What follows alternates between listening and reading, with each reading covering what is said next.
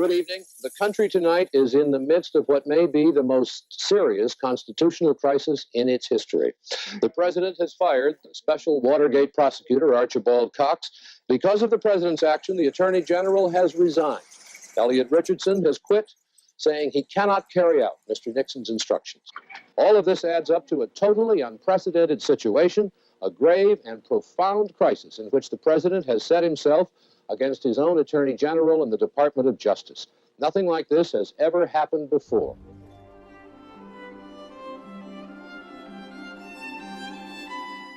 Elliot Richardson's role in the Watergate scandal prevented Richard Nixon from covering up his abuse of power and saved the nation from losing faith in the government. His actions preserved the integrity of the office of Attorney General, while many other parts of the executive branch were swept up in the scandal.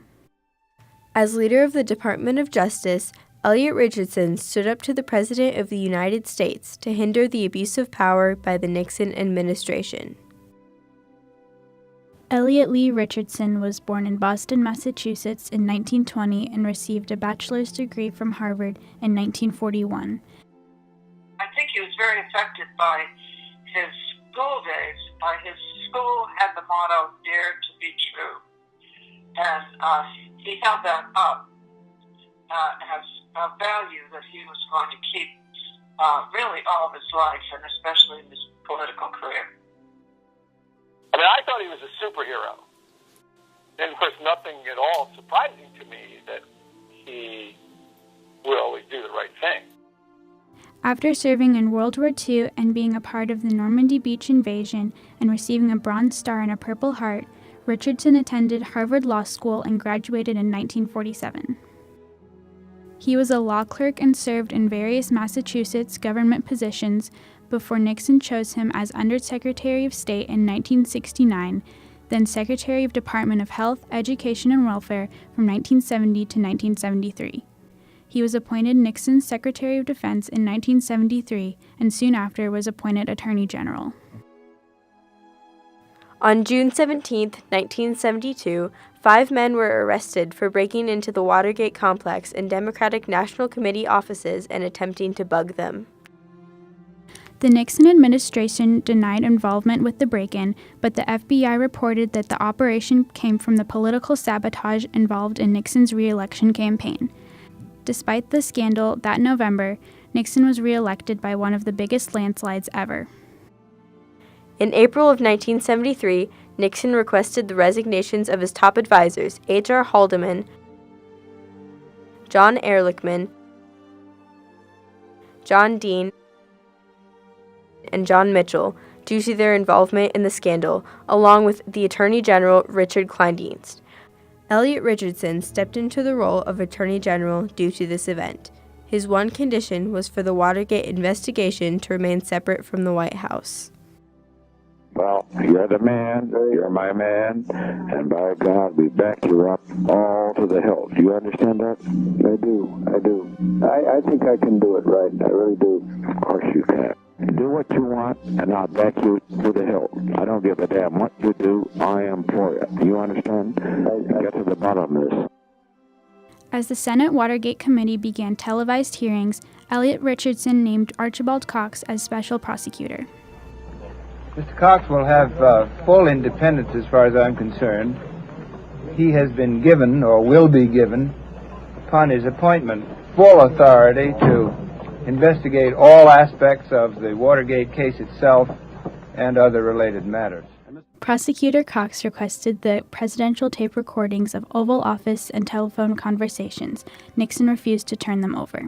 There are reports tonight that President Nixon has ordered Attorney General Elliot Richardson to fire the special Watergate prosecutor Archibald Cox. Cox opposes President Nixon's plan to release summaries of the presidential tapes in the Watergate case. Cox said at a news conference today he'll continue his court efforts to get the tapes, despite the president's orders that he give up that court fight.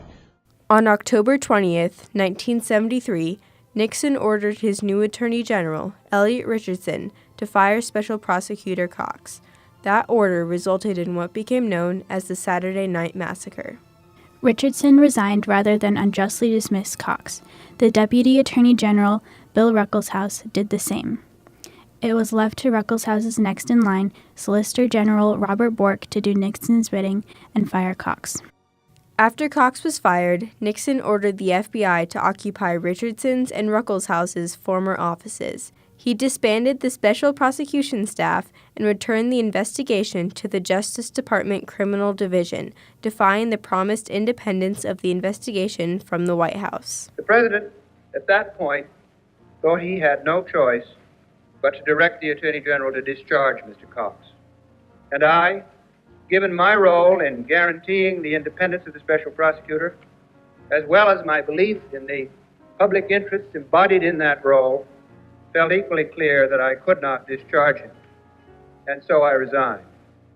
And I remember there was a flash that came across that said Elliot Richardson had resigned, and I remember telling my parents that. You know, they came back and they were like, "What?" And I go, "Yeah, they just said he resigned to protest the firing of Archibald Cox, or that Nixon wanted him to fire." I mean, I was young, but I remember thinking it was a big deal. He always said it was never a difficult decision. Nixon gave my father a hard time for creating a problem. Don't you have any concern for, the national interest? How could you do this at this time? And like my father said, "Well, Mr. President, it's clear that you and I have a different idea of what is in the national interest." The public exploded with accusations of abuse of power and cried for impeachment. Following this, Nixon maintained his innocence and delivered his famous statement, "Well, I'm not a crook." In April of 1974, and the resulting case of the United States versus Nixon, the Supreme Court ruled that the president had to give up transcripts of the subpoena tapes. The impeachment case led Nixon to be the first president ever to resign. Elliot Richardson continued to exhibit honor and integrity even when many of his colleagues did not. He stood up to the corruption of the Watergate scandal and chose to step down rather than taking unethical orders from Nixon. He was later awarded the Presidential Medal of Freedom by President Bill Clinton for his public service and role in preserving the integrity of the Watergate investigation. And of course, as Attorney General, where on one difficult Saturday night, he saved the nation from a constitutional crisis with his courage and moral clarity. No public servant is more beloved by those who have served him. No public servant has shown greater respect for the Constitution he has served. And it is my great honor to award him the Medal of Freedom today. Elliot Richardson took a stand in history by staying true to the principles of democracy when those around him were not. He displayed integrity in the face of dishonesty, following his own moral code rather than following Nixon's orders. His sense of duty to the American people never wavered, even when the president's loyalties were questionable. Richardson's legacy has served as a symbol of truth and justice for those in government and American citizens, as well as a model for preventing the abuse of power. I think on the radio today you hear him most mentioned because of his effectiveness in resigning and having the resignation leading to the resignation, the impeachment and resignation of President Nixon. His legacy, I would hope, be that he is an example in his integrity that he demonstrated so dramatically in the Saturday Night Massacre. The Saturday Night Massacre was a stand where other people perhaps may not have been willing to sacrifice their own personal interests and ambitions for the sake of the Constitution and the American people, which is what he did in that case. Richardson has set a precedent for those in the position of Attorney General, one of rectitude and decency, one that follows the codes of justice. Acting Attorney General Sally Yates refused to defend President Trump's ban on refugees from 7 Middle Eastern countries and was fired for standing up to the president, resembling the events of 1973. Richardson's legacy echoes through the actions of politicians today.